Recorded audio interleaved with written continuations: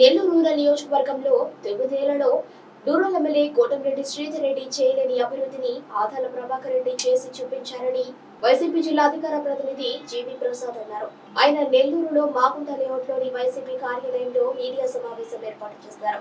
ఈ సందర్భంగా ఆయన మాట్లాడుతూ 8 నెలల్లో నెల్లూరు రూరల్లో ఎంత అభివృద్ధి జరిగింది, 4 ఏళ్లుగా అధికారంలో ఉండే శ్రీధర్ రెడ్డి ఏం చేశారో ప్రజలకు వివరించారని ఆయన కోరారు.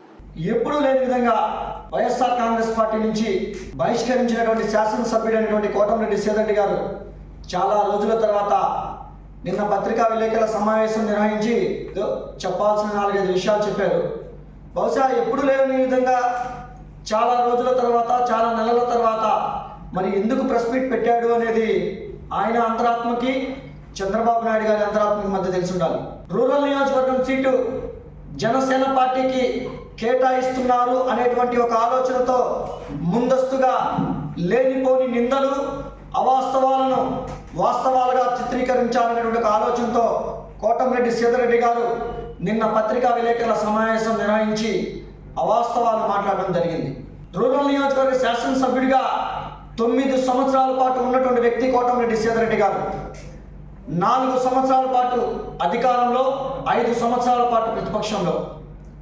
అయితే ఈ రూరల్ నియోజకవర్గంలో ఈ 9 సంవత్సరాల్లో జరిగినటువంటి అభివృద్ధి ఎంత,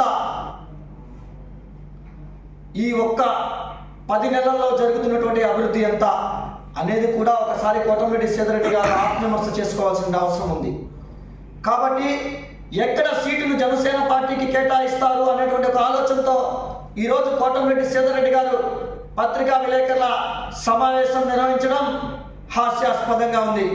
అయా శ్రీధర్ రెడ్డి గారు, మేము అడుగుతున్నాం మిమ్మల్ని, గతంలో మీరు 4 సంవత్సరాల శాసనసభ్యుడిగా ఉన్న సందర్భంలో ఈ నెల్లూరు జిల్లాకు సంబంధించి కానీ, ఈ నెల్లూరు రూరల్ నియోజకవర్గానికి సంబంధించి వ్యాపారస్తులు భయాందోళనలో బతికారు. వ్యాపారస్తులు వ్యాపారాలు మానుకొని మాకెందుకు అంటూ పక్క జిల్లాలకు, పక్క రాష్ట్రాలకు పోయారు. ఇది మర్చిపోయారా? ఈ జిల్లాలో రియల్ ఎస్టేట్ వ్యాపారస్తులు కానీ, లిక్కర్ బిజినెస్ చేసేటువంటి వ్యాపారస్తులు కానీ, రైస్ మిల్లర్లు కానీ, వీళ్ళందరినీ అడుగుదాం. మీరు శాసనసభ్యుడిగా ఉన్న సందర్భంలో రూరల్ నియోజకవర్గంలో ఏ వ్యాపారం చేయాలన్న వ్యాపారులు భయభ్రాంతుల్లో బతికారు.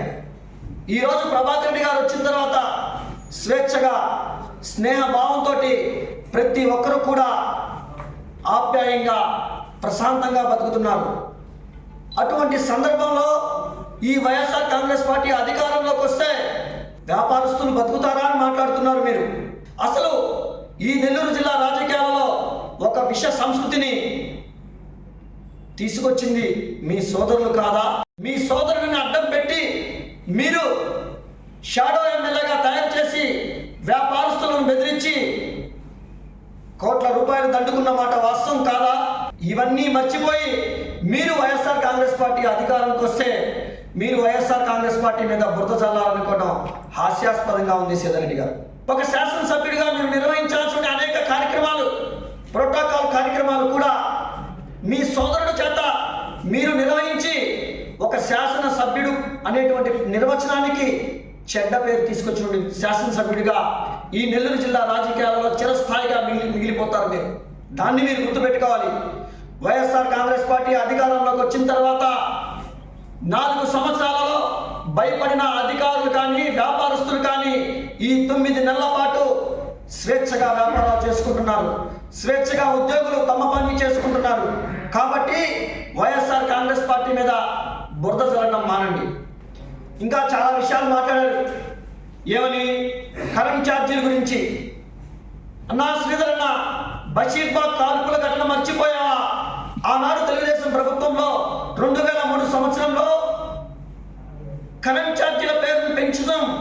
అసలు కరెంట్ ఛార్జీల పెంపకానికి, పెంచే విధానానికి నిలువెత్తు నిదర్శనం చంద్రబాబు గారు కాదా? ఆ రోజు లాఠీలు జుర్పించి, బాష్పవాయువు ప్రయోగించి, నీటిని ప్రయోగించి ఆనాడు బషీర్బాగ్ కాల్పులలో, కరెంటు ఉద్యమ ధర్నాలో ఈ నెల్లూరు జిల్లాకు సంబంధించి కూడా చనిపోవటం జరిగింది. కాబట్టి ఈ విషయాన్ని ఒక్కసారి మీరు మళ్ళీ గుర్తుపెట్టుకుంటే బాగుంటుంది శ్రీధర్ అన్న. ఉన్న ఆదాల ప్రభాకర్ రెడ్డి గారు గెలిస్తే ఈ రూరల్ నియోజకవర్గంలో ఉన్నటువంటి వ్యాపారస్తులు ఎవరైనా సరే ప్రశాంతంగా నిద్రపోవచ్చు. కానీ ఈసారి నీకు కానీ ఓటు వేస్తే ఈ నెల్లూరు జిల్లాలో ఉండేటువంటి వ్యాపారస్తులందరూ కూడా దుప్పటి కప్పుకొని ఏడవాల్సిన పరిస్థితి ఉంటుంది.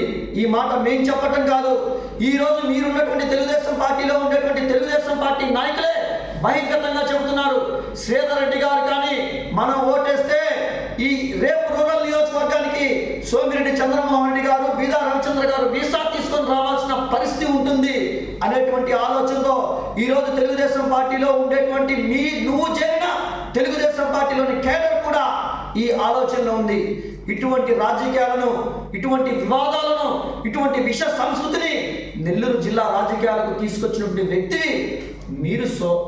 మీ సోదరులు కోటమిరెడ్డి గిరిధర్ రెడ్డి గారు, శ్రీధర్ అన్న.